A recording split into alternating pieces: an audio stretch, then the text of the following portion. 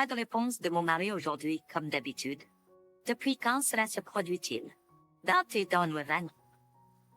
Je viens d'avoir mon deuxième enfant et mon corps ne récupère pas aussi bien que je le voudrais. Et pourtant, mon mari ne s'est pas soucié de moi ou n'a pas pris soin de notre fille aînée. Il nous a juste ignorés. Que se passe-t-il? Qu'est-il arrivé pendant que j'accouchais du bébé dans ma ville natale? Notre petite fille n'était pas la cause du problème, car elle était restée chez mes parents. Oh. Si c'est le cas, qu'est-ce qui a pu changer mon mari autrefois gentil à ce point? Au milieu de ma méfiance grandissante, une vérité inattendue est révélée. J'étais à bout de patience. C'est absolument impardonnable. Je viens de me jeter. J'ai décidé de quitter ma maison avec mes filles aînées et cadettes. Je m'appelle Tracy, 34 ans. Je suis une employée de bureau ordinaire dans une entreprise ordinaire. J'ai rencontré mon au travail et nous nous sommes mariés il y a 6 ans. L'année suivante, notre fille Rita est née et elle va bientôt fêter ses 5 ans. Et je suis heureuse d'annoncer que nous aurons bientôt notre deuxième enfant. J'ai un bébé de 6 mois dans mon ventre. À l'époque, j'avais du mal à avoir un deuxième enfant. C'est pourquoi j'étais si heureuse quand j'ai enfin découvert que j'étais enceinte. Il m'a doucement serré dans ses bras et a dit « Tracy, c'est vraiment génial. Je suis tellement heureux que le deuxième bébé soit enfin là. » Même si nous sommes mariés depuis longtemps, mon mari est resté un homme gentil et un père très généreux et bon pour notre fille. Quand j'étais enceinte de notre fille Rita, il a tout fait du début à la fin. Quand j'avais des nausées matinales, il s'occupait du ménage, de la lessive et des repas, sans se plaindre une seule fois. Bien sûr, même après la naissance de Rita, il a fait la même chose.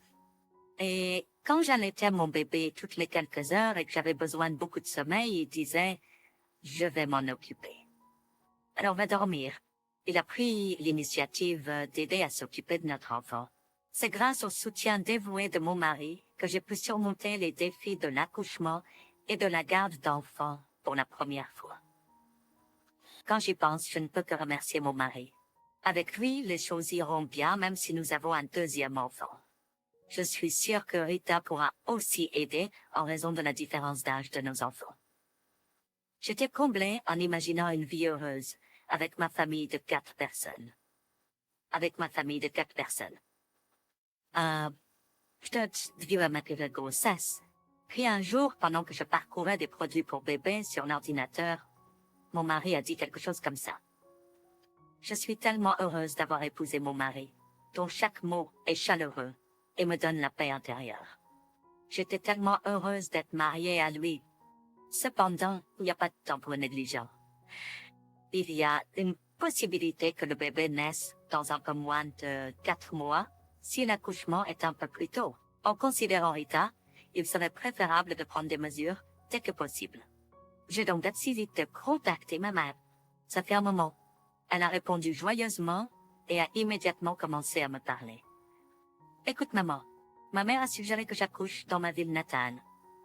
Mais je n'avais pas prévu de retourner chez moi pour donner naissance à mon deuxième bébé là-bas. Rita était mon premier bébé, donc je suis retournée chez moi, mais je n'avais pas prévu de retourner chez moi pour donner naissance à mon deuxième bébé là-bas. Je me demandais si je devais me laisser gâter par mes parents pour mon deuxième enfant. J'avais l'impression que je devais faire quelque chose par moi-même et que je voulais aussi être choyée. J'étais totalement en conflit, mais quand j'ai pensé à ma fille en premier, j'ai senti qu'il serait préférable que mes parents prennent soin de ma fille. Ce vendredi-là, j'ai attendu que mon mari rentre à la maison et je lui ai parlé de la suggestion de ma mère. La porte d'entrée s'est ouverte un peu après 21 heures et mon mari est entré dans le salon. Avec le consentement de mon mari, j'ai décidé d'avoir le bébé chez mes parents.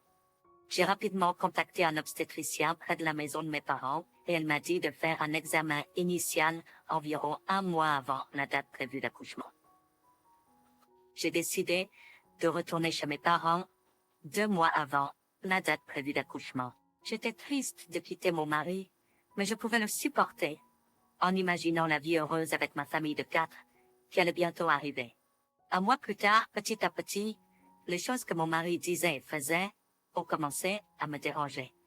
J'ai été en contact avec mon mari tous les jours depuis mon retour dans ma ville natale, mais nous avons à peine communiqué ces derniers jours.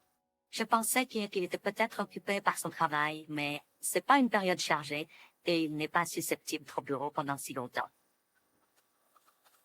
Le comportement mystérieux de mon mari a continué jusqu'à la veille de la naissance de notre deuxième fille, et il n'est pas venu à l'hôpital immédiatement, même si je lui ai informé que notre deuxième fille était née.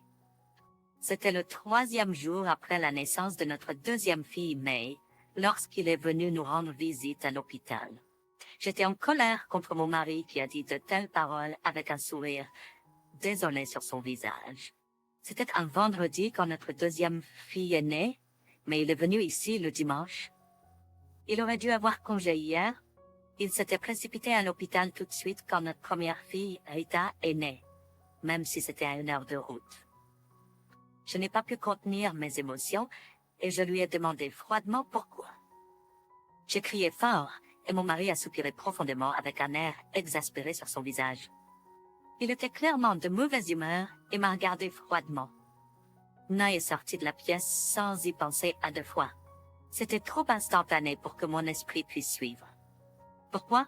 Ai-je dit quelque chose de mal?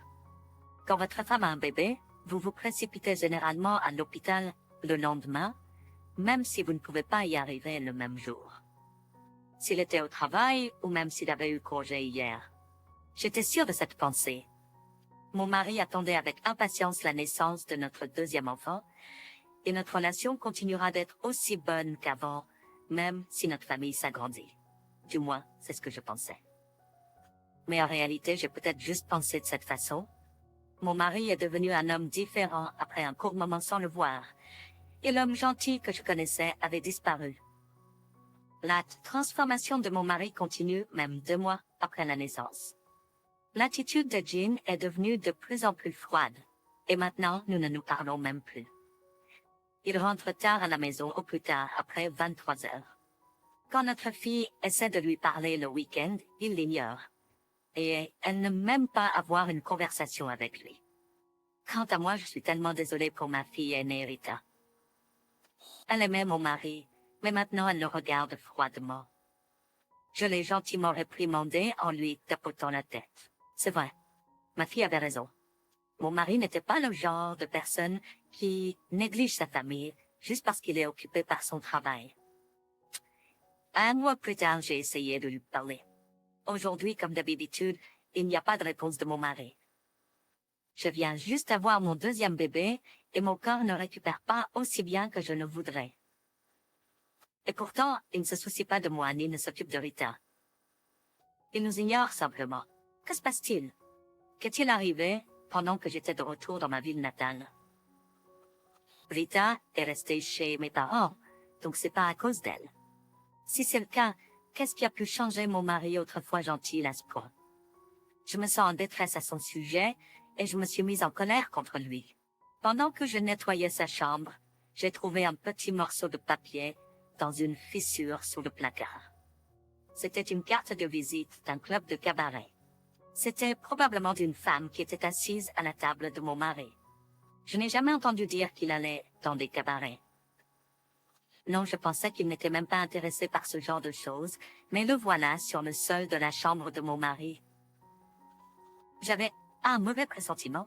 J'ai immédiatement vérifié le tiroir. En ouvrant précipitamment le livret de banque, mon mauvais pressentiment s'est confirmé. Les 80 000 $ que nous avions économisés ensemble après notre mariage étaient vides. Les 5 000 $ que j'avais économisés pour ma fille avaient également disparu. À ce moment-là, quelque chose a craqué en moi. Et ouais, j'étais à bout de patience. Tu plaisantes? C'est absolument inacceptable. Je vais le sortir de nos vies. J'ai décidé de parler à une femme que mon mari et moi connaissions et qui était une bonne amie à nous. Elle avait divorcé 1 an auparavant à cause de l'infidélité de son mari, et elle m'a dit de la consulter si j'avais un problème. À ce moment-là, je pensais que je n'avais rien à lui demander conseil, mais on ne sait jamais ce qui peut arriver dans la vie. Après avoir consulté avec elle, elle a pris ma place car je ne pouvais pas quitter la maison. Elle m'a demandé d'embaucher une agence de détectives pour enquêter sur le passé de mon mari. 2 semaines plus tard, le jour des résultats de l'enquête est arrivé. L'enveloppe montrait l'image de mon mari allant dans un club de cabaret tous les soirs. Il n'y avait plus besoin qu'il soit dans notre maison, je pensais. J'ai emballé mes affaires et, avec le bébé dans un bras, j'ai doucement pris la main de Rita. Heureusement, elle n'a pas fait d'histoire et nous avons retourné chez mes parents sans problème. Quand j'ai raconté la situation à mes parents, ils étaient furieux. 2 jours plus tard, mon père a contacté mes beaux-parents et leur a expliqué les détails de l'incident.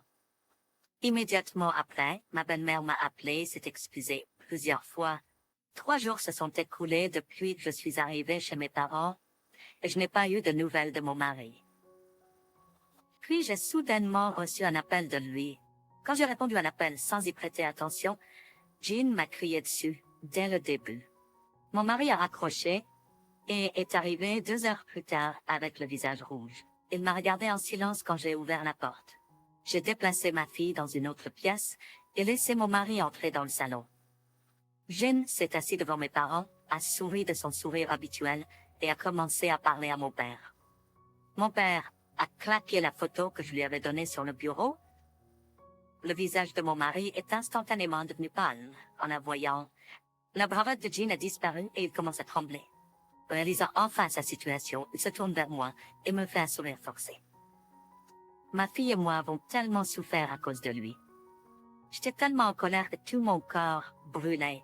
Je me suis retrouvée à attraper mon mari par son col et à lui crier dessus. Alors que je dis cycliste, il ne me manque encore. C'était tellement pathétique et drôle. Après cela, mon père a attrapé le bras de mon mari et l'a forcé à sortir de la maison. Le lendemain, nous avons eu une réunion avec mes beaux-parents et les avons convaincus du divorce. Bien sûr, ce n'était pas seulement un divorce. Je demanderai le remboursement de l'argent qu'il a dépensé sans mon autorisation, une pension alimentaire pour la douleur émotionnelle qu'il m'a causée et une pension alimentaire pour mes filles si je peux le réclamer. J'ai découvert plus tard que Jean était endetté en vertu du cabaret. Il ne me payait pas seulement, mais il la payait aussi. Avec autant d'argent à rembourser chaque mois, il lui serait impossible de mener sa vie comme avant. Mais je n'ai aucune sympathie pour lui. Il a eu ce qu'il méritait. Il devrait assumer les conséquences. Un coup, j'ai décidé de louer un appartement près de mon bureau pour retourner travailler. Ma mère vient souvent chez moi pour m'aider, donc je n'ai pas à m'inquiéter pour quoi que ce soit en particulier. Être une mère célibataire sera un gros désavantage dans le futur. Néanmoins, je vais essayer d'élever mes filles avec amour et soin autant que possible.